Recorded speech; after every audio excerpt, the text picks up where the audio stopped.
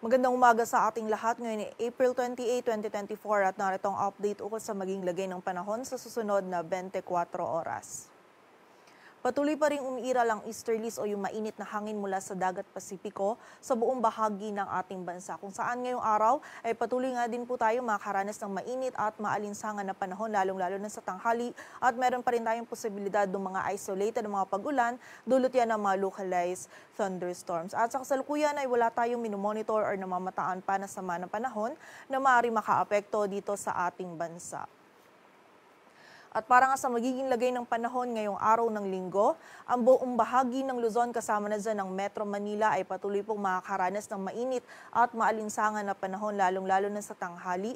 Kaya kapag po tayo ay lalabas, huwag nating kalilimutan pa din yung mga pananggalang natin sa direktang init ng araw. At hanggat maaari, limitahan lamang po natin yung ating mga outdoor activities. At kung hindi naman po maiiwasan, ay huwag po nating kalimutan na mag-rest from time to time or magpahinga po tayo at sumilong at uminom din po tayo ng tubig upang maiwasan natin yung panganib na maaaring idulot ng init ng panahon sa ating kalusugan. At samantala, meron pa rin tayong posibilidad ng mga isolated na mga pag-ulan, pagkilat at pagkulog, dulot naman yan ng mga localized thunderstorms. Agwat ang temperatura sa Metro Manila ay mula 26 to 37 degrees Celsius, sa Baguio ay 18 to 27, sa Lawag ay 27 to 34 degrees Celsius. Ang maximum temperature naman sa Tuguegarao ay maaaring umabot hanggang 39 degrees Celsius, samantala sa bahagi naman ng Tagaytay at Legazpi City ay maaaring umabot hanggang 33 degrees Celsius.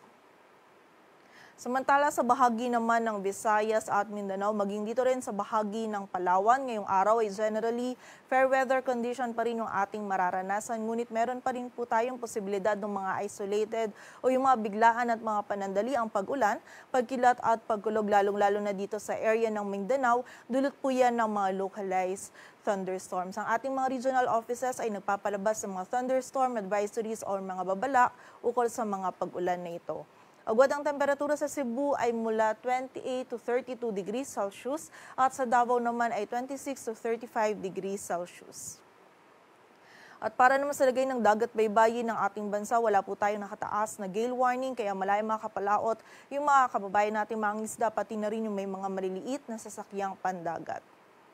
At para naman sa 3-day outlook ng mga key cities ng ating bansa, in the next 3 days, bukas yan ng Lunes hanggang sa Miyerkules, ang malaking bahagi po ng Luzon kasama pa rin dyan ng Metro Manila, Baguio City at Legazpi City ay patuloy pa din po makakaranas ng mainit at maalinsangan na panahon lalong-lalo na sa tanghali. Kaya muli po, wag po natin kalilimutan yung mga pananggalang natin sa direktang init ng araw. And also, meron din po tayong posibilidad pa din ng mga isolated na mga pag-ulan, dulot yan ng mga localized thunderstorms. Agwat ang temperatura sa Metro Manila ay mula 26 to 37 degrees Celsius, sa Baguio City ay 17 to 27, samantala sa Legazpi City naman ay 26 to 33 degrees Celsius.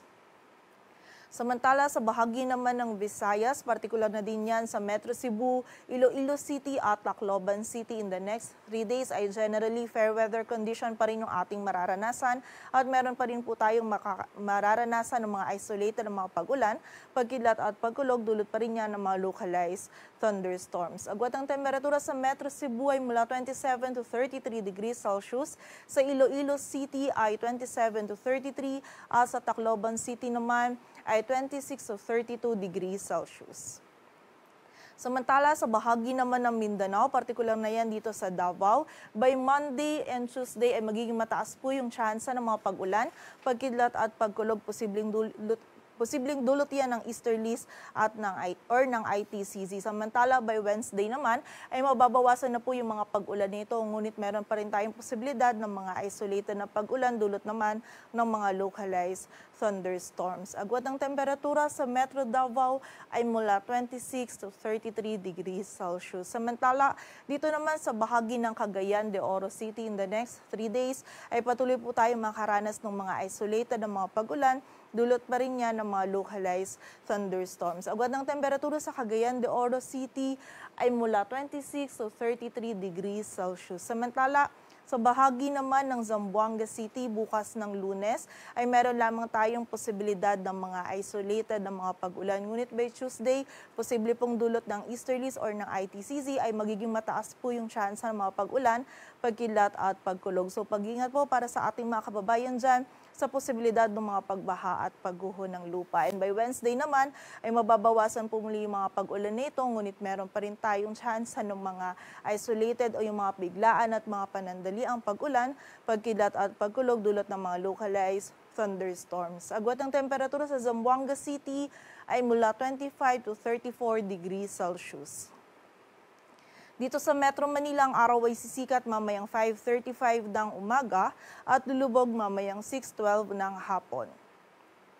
Patuloy po tayo magantabay sa updates na ipapalabas ng Pag-asa at para sa mas kumpletong impormasyon, bisitahin ang aming website pag-asa.dost.gov.ph. At yan po muna ang latest dito sa Weather Forecasting Center ng Pag-asa. Grace Castañeda, magandang umaga po.